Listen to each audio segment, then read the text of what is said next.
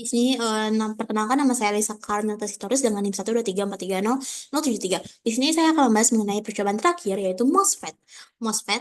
Nah, di sini kita akan membahas mengenai MOSFET dulu ya. MOSFET itu kita mulai dari modul 3. Nah, kalau di sini modul 3 ini terdiri dari 6 percobaan di mana input, output, terus common source, enggak, maaf, key point, terus common source, common get, common drain, dan berbagai jenis lainnya. Nah, ini untuk yang percobaan pertama. Di percobaan pertama itu, kita menggunakan satu metode aja, yaitu di mana kita menggunakan DC amometer. Nih, terus kita menggunakan voltnya, itu seperti ini. Nanti nilai voltnya itu bakal terus beda-beda satu sama lain. Jadi nanti di tabel yang ada di dalam modul akan ada terdapat nilai V1-nya itu dari 0 sampai 7 atau 0 sampai 8 kalau saya tidak salah ingat.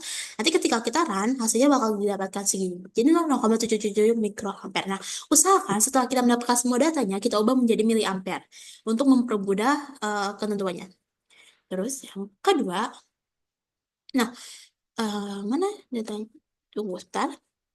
Nah, untuk yang kedua, percobaannya itu menggunakan hasil yang seperti ini, di mana kita ada nilai FGS dan FDS-nya. Nah, setiap FGS dan FDS-nya itu bisa berubah.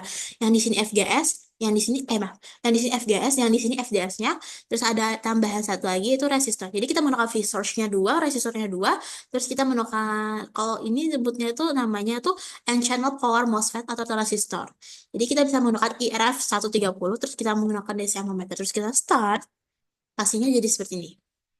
Bentar, ya kelihatan. Oke, jadi kalau ini menggunakan miliampere. Jadi kita usahakan aja pakai miliampere.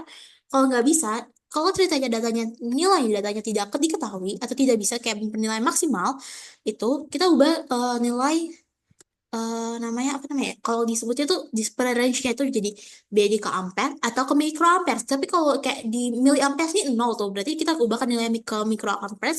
Kalau di mikroampere maksimal, kita ubah ke nilai ke miliampere. Contoh, oh, kan ini kan milih, berarti kita ubah coba. Kita ubah ke mikro, biar gitu ya. Nah, di mikroampere ini nilainya maksimal maksimal, berarti kita ubah aja nilainya itu ke miliampere. Jadi untuk percobaan 1 dan 2 seperti ini. No? Oke. Untuk percobaan MOSFET 2. Nah, ini percobaan 4, maaf, percobaan 2 itu sama hasilnya dengan percobaan 3. Nah, kalau percobaan 2 itu lebih ke gambar grafiknya. Kalau percobaan ketiga, itu kita harus menentukan key point-nya. Nah, key point-nya itu ditentukan oleh prosedur yang setelah ditentukan. Nah, ini ini sekarang percobaan 4, 5, dan 6. Di mana percobaan 4 dan 5 dan 6 ini sebenarnya memiliki rangkaian hampir sama, tetapi beda prop, terus beda letak-letak resistornya, dan beda letak-letak kapasitornya. Kalau di percobaan 4, gimana kita bisa melihat kalau ini rangkaian itu seperti ini, ada resistor, kapasitor, terus ada N power, terus ada pot Hg, ada resistor, dan kapasitor, V-sign, dan V-charge. Nah, V-nya nilainya segini, 50 ohm dan 10K. Nah, jadi nanti di nilai ini kita harus menambahkan dua prop, yaitu mana prop di sini? Nah, prop itu kita harus menggunakan current, uh, current, dan kita start. Eh, current, sorry, benar. Kita menggunakan current. Jadi kita start. Maaf, maaf. Jadi kita kalau mau lihat notanya kayak ini kan apa Pak yang di sini kan nilainya kan kayak bertambah bertambah tambah terus kan.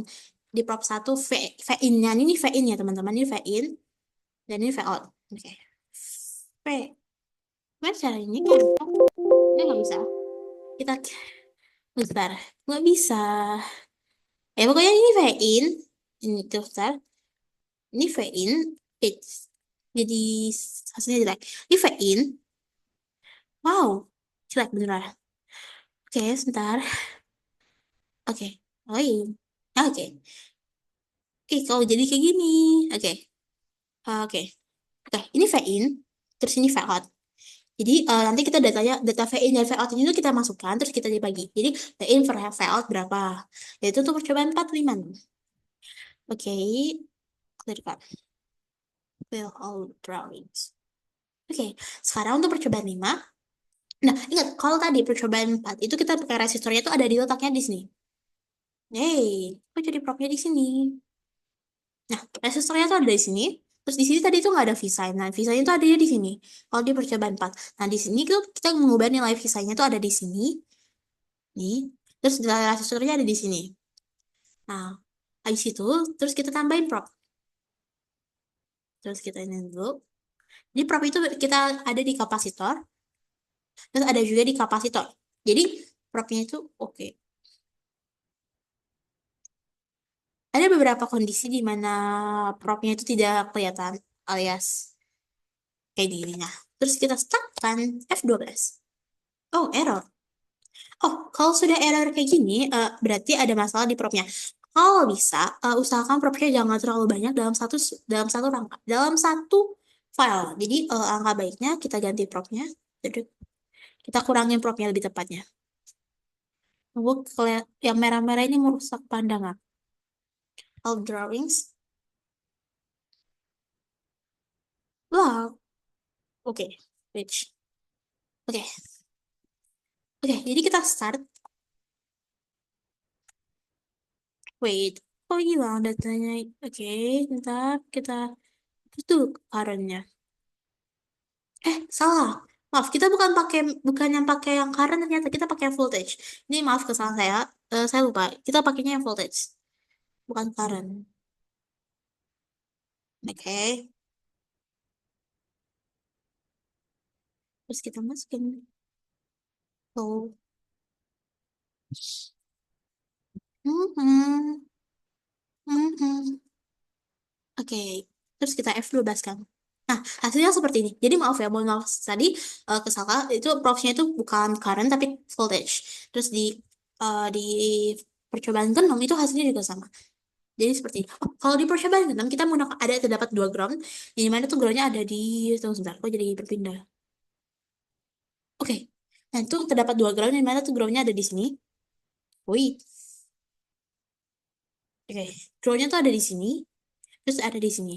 Terus resistornya kembali normal, terus ini juga normal. Nah, letak propnya itu juga berbeda. Kalau di percobaan 45 itu tadi propnya itu sama di antara di sini posisinya, terus di sini. Nah, karena di sini ada ground, kita nggak mungkin letakin groundnya di propnya di sini. Jadi kita letakkan propnya tuh di bagian sini. Jadi usahakan propnya itu setelah kapasitor. Jadi percobaan 4, 5, dan 6 itu rangkaian sama, tetapi hanya berbeda di karakteristik resistornya, diodanya, terus ada karakteristik rangkaian komponennya itu di mana letak tata letak dari resistor, kapasitor, prop, dan eh groundnya, terus eh visanya. Jadi usahakan semuanya diusahakan dengan baik. Nah, datanya itu bisa lihat pada, tunggu sebentar, kita hapus dulu nilainya. Peng.